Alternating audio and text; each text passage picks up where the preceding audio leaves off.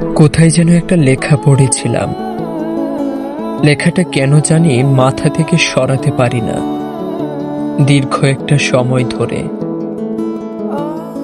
তোমাকে একজন পেয়েছে মানে আরেকজন কি বীভৎস ভাবেই না তোমাকে হারিয়েছে।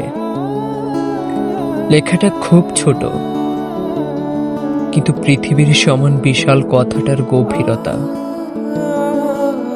কেউ একজন দিনের পর দিন, মাসের পর মাস, বছরের পর বছর কাউকে নিজের করে পাওয়ার স্বপ্ন দেখে যাচ্ছে, অপেক্ষা করে যাচ্ছে। অথচ অথচ অন্য কেউ কোনো অপেক্ষা ছাড়া, সাধনা ছাড়াই তাকে নিজের করে পেয়ে গেল। সেও জানে না সে যাকে নিজের করে পেল তাকে পেতে একজন কত শত দিন ধরে ক্ষুধার্ত ভিক্ষুকের মতো তার অপেক্ষায় দাঁড়িয়েছিল।